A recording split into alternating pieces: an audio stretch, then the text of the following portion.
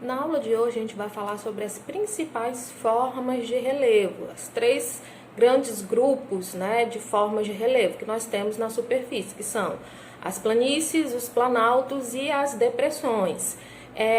Associados a esses três principais tipos, formas de relevo, nós temos diversas feições de relevo, certo? Como nós já vimos, quem vai modelar as formas do relevo são os agentes externos, principalmente associados ao clima, a água, o vento, a força da chuva, o calor. Então, esses fatores vão ajudar a esculpir as formas de relevo, como nós já vimos. Além dessas três principais formas que são modeladas, nós temos aquela principal forma criada pela força criadora, que são as grandes montanhas, os grandes dobramentos modernos.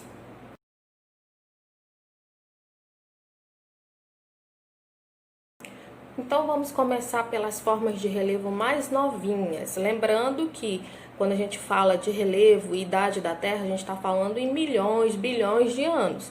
Então, a estrutura e a forma de relevo mais recente que a gente vai ter são as grandes cadeias de montanhas, certo? Que vão ser essas criadas aqui pelo movimento das placas tectônicas. O choque das placas tectônicas vão formar essas grandes cordilheiras, grandes cadeias de montanha. Então, o relevo mais recente que a gente tem são os relevos que estão sendo formados agora pela ação do tectonismo, vulcanismo, certo?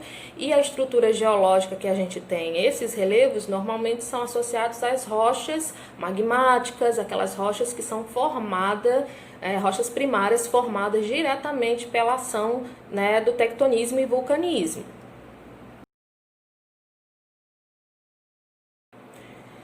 Depois dos grandes dobramentos modernos, a gente vai ter aí a atuação dos agentes modeladores do relevo, que vão desgastando essas grandes cadeias de montanha e dando origem ao nosso segundo tipo de relevo, que são os planaltos, certo?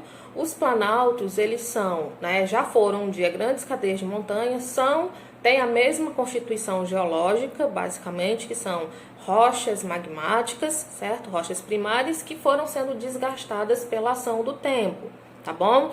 Então, os planaltos, e sob os planaltos a gente pode ter, como eu disse, outras feições de relevo, como as serras, certo? Algumas cadeias de montanhas mais baixas que com o tempo vão sendo aplainadas e dando origem aos planaltos, aos maciços residuais, que foram resíduos de um grande relevo que já existiu naquela região.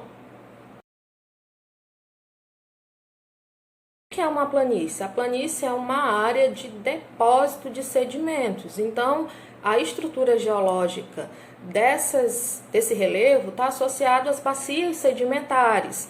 O que são sedimentos? O que é uma rocha sedimentar? É uma rocha que foi desgastada de uma rocha original e com o passar do tempo ela vai sendo compactada e criando uma nova forma de relevo, uma nova forma de rocha, certo? Então, as planícies são as áreas mais aplanadas do relevo, chegando próximo ao nível do mar. Realmente, a gente tem como referência o nível do mar. Temos também a depressão, certo? Que é uma área mais rebaixada em relação ao relevo mais elevado que tem ao seu redor.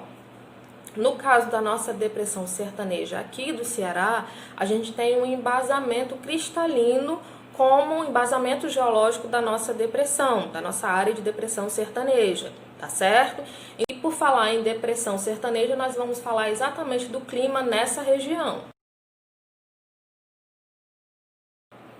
Então, como nós vimos lá no comecinho das nossas aulas, ainda presenciais, o Brasil está numa faixa do mundo que é chamada de intertropical, que é a faixa que recebe mais calor, mais luminosidade durante todo o ano.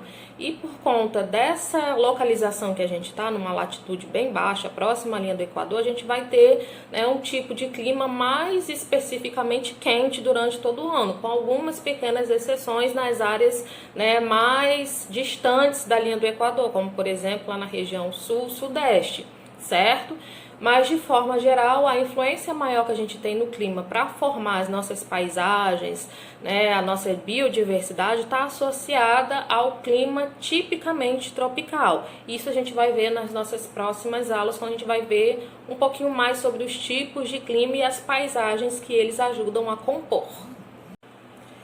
Bom, como eu falei, na nossa região, Nordeste, principalmente aqui no sertão do Ceará, a gente tem aí algumas paisagens que são tipicamente modeladas pelo nosso clima mais seco.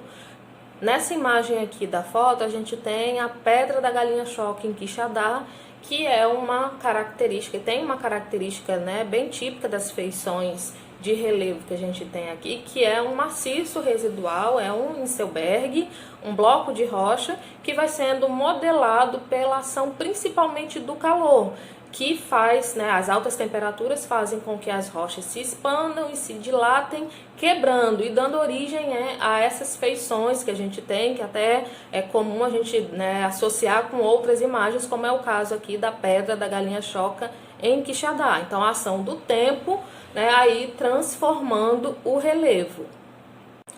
Então, um dos principais fatores que vai transformar e modificar a nossa paisagem é a atuação do clima, principalmente da maior ou menor umidade, certo? No caso da nossa região mais árida, o semiárido nordestino, o sertão nordestino, a gente tem, né, escassez de água. Então, a nossa paisagem está associada diretamente ao tipo de clima que a gente tem, certo? Então, quanto mais umidade, mais as rochas vão ser desgastadas, dissolvidas, né, pela chuva, e quanto mais calor, a gente vai ter a formação de outros tipos de paisagem, porque a ação principal vai ser o calor, quebrando essas rochas e não dissolvendo.